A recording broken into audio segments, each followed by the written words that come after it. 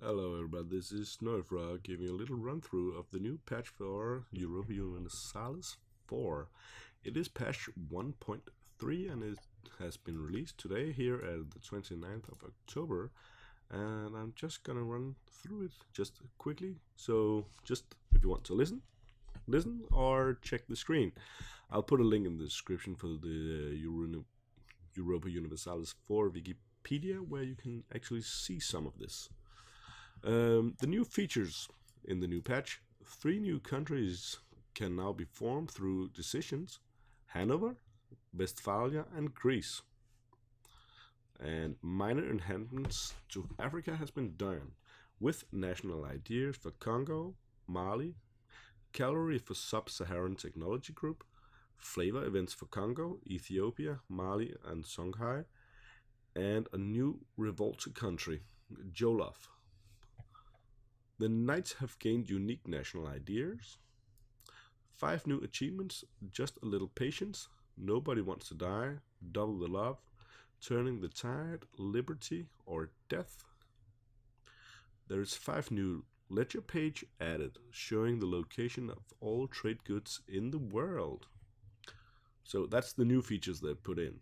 I like the new decisions they've made up here with the new countries, and I'm looking forward to see what national ideas they've done with the rest of them. And well, achievement, I've not played much with them, but the ledger with the trade good, I'm looking forward to. In the game balance department of combat, they've rebalanced the land combat algorithms to better base the direct values instead of relative bonuses. Also known as late game is as bloody as early game. So that depends on what you like. If you like it to be very bloody in the later game, or well, you just want the fights to drag out. Moved away from quality impact from scaling weapon modifiers to scaling the actual damage. Okay. There is now damage on morale on units in the back line during a land combat. Okay. Tweaked up strength damage slightly in the land combat. So it's going to be fun to see how the combat system is working actually. Naval landings now have a penalty of -2. Well, I think it always had that. I just think when I think naval landings, I think when you have all your troops on your ship and you dock the ship with the troops on it. That will be a naval landing. Maybe if maybe there was a little bug where you could walk in. That's right. It's not always you got the penalty, but now you will. Well, in trade, province trade power now given to the province's trade power is now given to the controller of the province, not the owner. Yeah, well, that's in war, so you get the trade power while occupying the territory. So that's fair. That's fine. Trade steering now also modifies the amount of money that goes forward from a trade node you have a trader in. So that's more trade bonuses. Fleets now on the units, of course. Fleets now leave settlements whenever it is destroyed instead of dying. Yeah, they leave the docks and go out. That's probably mostly in colonies. You can no longer detach blockade if it's only transports left in it. So the transports, you cannot leave them for blockading. Unit movement is now cancelled when a unit is attached to another unit. Okay, you can't do harsh treatments in a province you don't control. That's logical. Moving units through a siege does no longer give them the ghost 1% attrition. That's nice. Attaching units now syncs their movement to the target unit. You can now enter allies' occupied territory provinces when at war.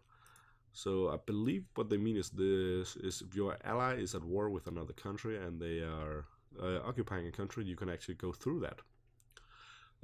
Patrols no longer warp to adjacent ports when set on patrol. Okay. Disabled forced march on inherited units. Well, that's pretty nice. Annoying bug. Split units now keep their exile status. Fixed an issue where units could get stuck on the edge of battle, leading to a never-ending battle. Okay, that's the units. Then let's check on the diplomacy. It's no longer possible to sell provinces to anyone at war. Well, that's fair enough. Why should the buyer want a province when they're at war when the seller is not allowed?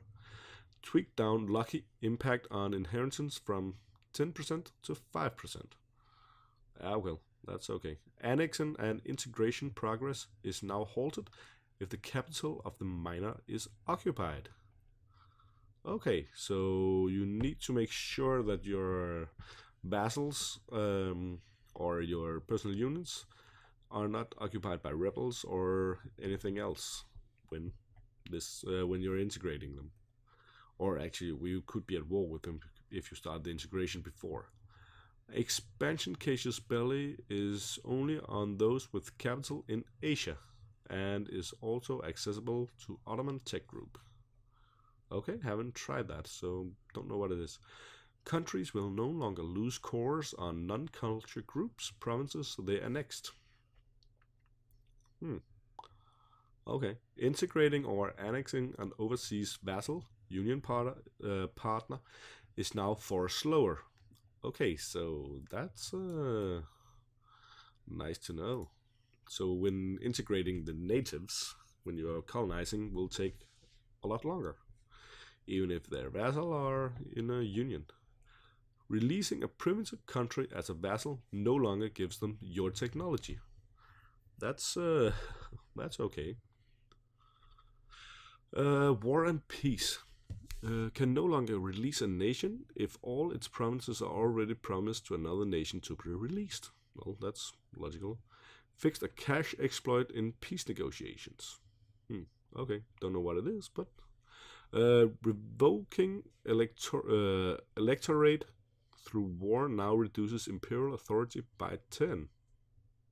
Okay, when Japan forces a daimyo to release another daimyo, the daimyo will become a vassal of Japan. Okay. Cancel all access with lesser union partners as well. Previously only cancelled with vassals. Access, oh, that's probably all the... Okay, when going to war against them. Okay. That's, of course, when if your vassals got, for example... For instance, here you're take my campaign here. We're England and we're Denmark, and we've got Sweden as a vassal in the personal union, and they're giving Muscovy the rights to go through their country. And when we go to war with Muscovy, they're then not allowed to have walked through Sweden. They will then revoke it. So that's it. Fixed issue when changing sides in the war when making someone your vassal. Okay, that's one I've been seeing, and you will see that soon. On my Denmark campaign, I think maybe it's that one. An overlord called into a war by a vassal, well, probably a war, by a vassal will now call its personal union warlord. Okay. So it will, if your vassal is called, okay. It is something to do with the war leader. Daimyos will now call in their own coalitions, not the shoguns. It's a fix for all nations that allow vassal wars. But that way. Okay. That's because in Japan they're allowed to have wars, even though they're vassals. You cannot take the last province of a country while also releasing nations from that country. Okay. Newly formed vassal will now force you to join their old wars. Yeah, okay. Fixed an issue where a country would be considered at war when it actually was not. Okay. Fixed an exploit where you could immediately re-vassalize a country after being forced to release it in a war. That's nice. You shouldn't be able to revassalize it. Players can now be replaced as war leaders in the defensive war as well. Oh, so you may not be the war leader always now. You can no longer leave coalitions if you are at war with the target. That's fair enough. Opinions. Insults now decay. That's very nice. You will no longer get aggressive expansion from inheriting another country. That's fair enough. Cancelled vassals no longer get at war negative modifier with the country that cancelled them. Was at war opinion modifier is now applied at the end of the war. Okay. Revolution and counter-revolution gives 50% aggressive expansion instead of 75. Okay. Colonization. Maintenance cost for colonies above limit is now probably adding plus 100% that it was missing before. Oh, that's making it more expensive. Cotton now only gives plus 5 colonist chance. Coring costs are now correct for colonies started before attack change. Okay. Technology. Hordes cannot westernize unless they have reformed their government. Oh, okay, that's fair. Religion. Defenders of the faith war goal can now be applied when declaring war. Okay. Defender of the faith now gives normal Deus Volt casus bellis as well. Oh. Now you need to wait 36 months between excommunications.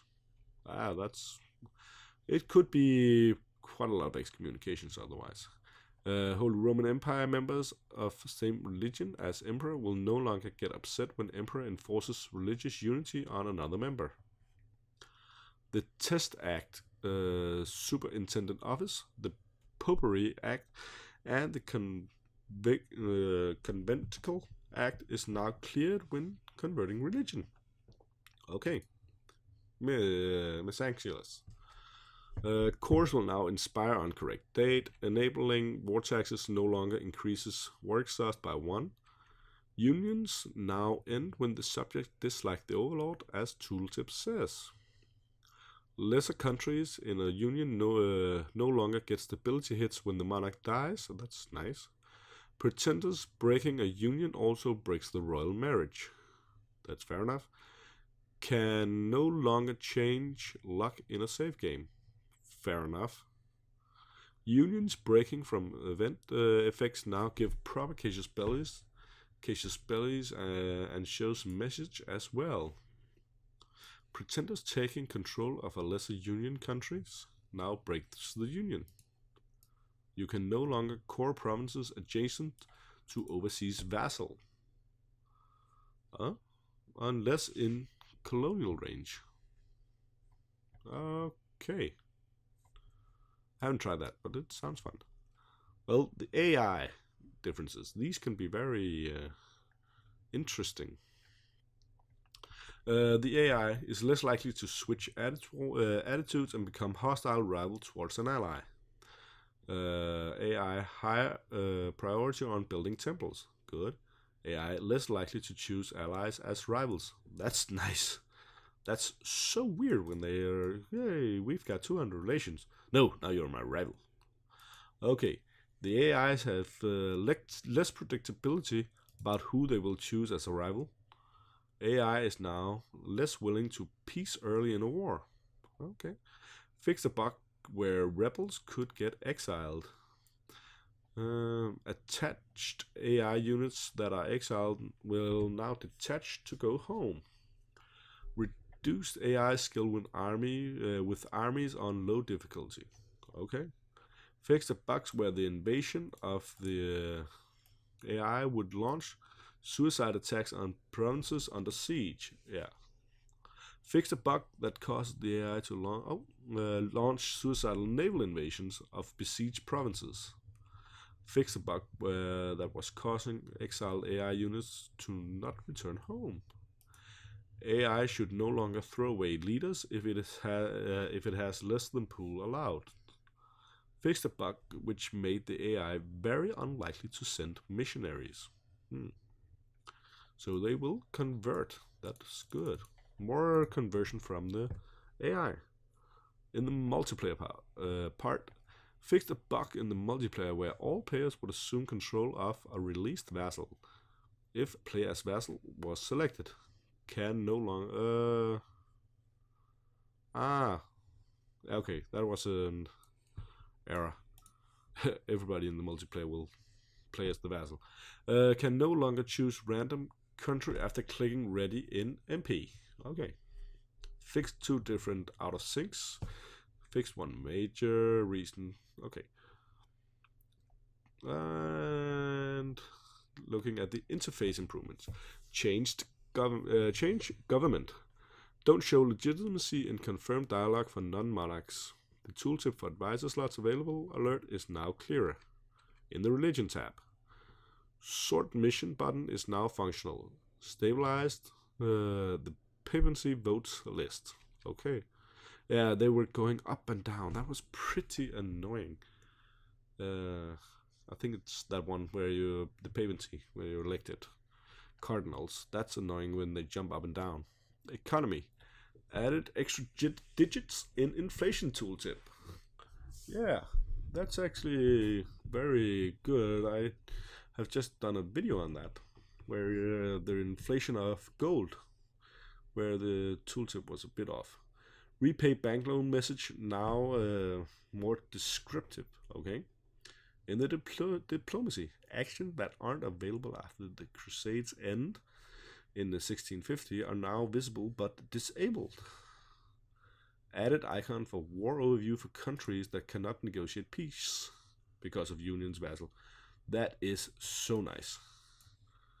Added an icon in the diplomacy view for members of the HRE. That's also very nice. Add icon for non-negotiable participant in a war overview. That is also very nice. It fixed enforced peace message to others, so it is clear who signed peace with whom and whom enforced it. Too many diplomatic relations shows how many over you are. That's a good one. Added a type of call ally action so you can more easily find how you were brought into the war. Fixed the casus belli tooltip displaying countries repeatedly. Distinguish between allies and coalition members when declaring war. That is also very nice. Peace sorted values in the will AI accept this peace tooltip in the peace view. Okay, added a shield list to peace negotiation window so you can easily switch to other nations you are able to negotiate with. That's nice. That's pretty annoying. You have to roll over between the countries. Disabled this decrement gold button in the peace view if its current gold is 0. Fixed a scroll bar location in peace window. Okay. The provinces now shows the owner of the colony's chance of attracting people rather than the player's hypothetical chance. Okay. Fixed and accidentally renaming province to random province name. Yeah, that's annoying. Selecting harsh treatment now updates the other harsh treatment buttons according to remaining military power. Changed in location, so native hostility and aggressiveness, the same thing, is now known as aggressiveness. Okay. Enemy core creation modifier now shows as red since it is a negative modifier. Yeah, well, it should. It's probably the one with the Berbers in down in Africa, where it's getting a plus 200% core creation time. That will be shown in red now. Fixed a tooltip for claims, so it shows correct information when a claim will be lost. Don't show misleading tooltip for colonization growth while colonist is traveling. Yeah. In the build interface, the window for building a building that enhances manpower in a province that has more than 100% manpower efficiency no longer shows a negative increase in manpower. Okay. Units. Fixed missing click sounds on sword leader icons. Fixed a display issue where units were in combat but was not displayed as such. Force march now can now also be toggled off.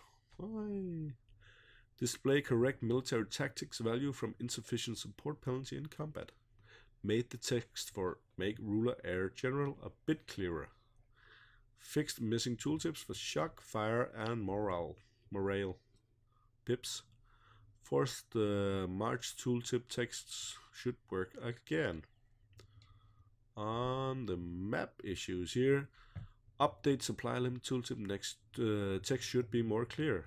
Added explanation of the yellow stripes to the HRE map mode tooltips.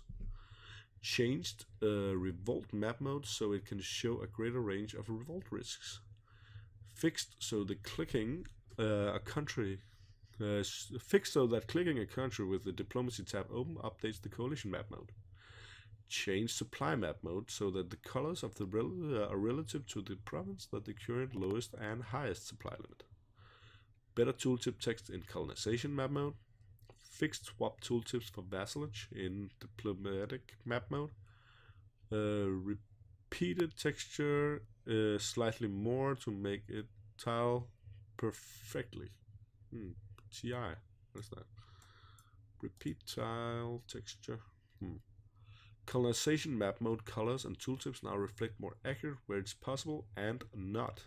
That will be really nice. In my Irish campaign, I'm having a hard time seeing that. Added base outgoing values to tooltip for the outgoing links on the trade map mode. Messages. Building complete message should now be working. A negative change in the native aggressiveness and ferocity is now shown as green digits in the event. You now only get papal controller message if you are Catholic. Fixed call to arm message to the defender of the faith so that it is correctly shown who you are called into the war. Show province name for provinces that was in TI. What's that? When going to observer mode. Oh, Terra Incognita, of course. There it was. Message about enemy allies joining your war should now be triggered. And the outliner. Show merchant status in tooltips since it can be hard to see what they're doing when they have long names. Yeah.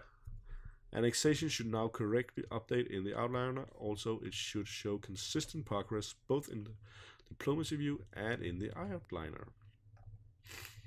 The mechanics is here. Clarified decay factors in the prestige tooltip. Revolt risk alert tooltip should now update when revolt risk changes. That would be nice. Added tooltip text to explain the legitimacy is that legitimacy is taken from leader when you are lesser in a union. Adding tooltips and hiding of incompatible save game functionality to the in-game load menu as well. Fixed buttons becoming grayed out when they should not in release nation screen. Fixed so you can sort overextension on cores. Don't set options unless clicking accept button. Well, that's good.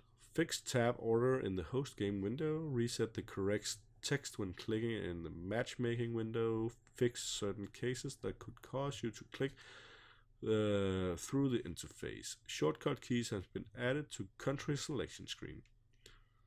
And there's a bit more minor fixes here. User modding I'm not going to go into. Achievements and Iron Man. Great leader for achievements in 5 or 6 fire and 5 or 6 shocks. Nothing else now. Fixed fog of war and Terra Incognita console commands exploit in Iron Man mode. Well, they shouldn't be available in Iron Man mode. They're cheats. And if you don't know what they are, check out my guide on it. It will probably be up and running when this video comes up. Event and decision tweak quite a few requirements for country decisions. And yeah, not going to go into that. When you update your stability, major bug fixes. Fixed a bug where units would get incorrectly exiled after the end of the war. Okay, the attacker now stays. Attacker after an ally in a battle makes peace. Fixed another bug that was... Oh, that was... Oh, I saw this bug a few times. Not in my playthroughs, but in some of the other guides I've seen. Fixed another bug that was causing the trade fleets to be sent to the wrong side of the Red Sea. Outliner fixed an issue with wrong countries being displayed as annexing. Adding missing graphics for the combat terrain and the desert mountain. Straight information should now be correct after exiting and reloading the game. Apply trigger modifier at load and not at first monthly update. Yeah, well, that is one, especially I've been seeing for the Holy Roman Empire. That trigger modifier, but what trick after you load the game? Fixed so that the capitals, units, and buildings stays consistent when cycling through bookmarks before the start of the game. Asian level 4 now have correct cavalry graphics. Fixed a bug when protecting trade would not work if you owned all provinces in the node. And I'm not gonna go through all these small things here, small bug fix. Well, this is the patch notes for 1.3, so I hope you like them at least. So see you later, guys. If you like this episode, then please subscribe and click the like button. If you want to see more, then press the playlist here and I'll put you into the list of all the guides I've made for Europa Universalis.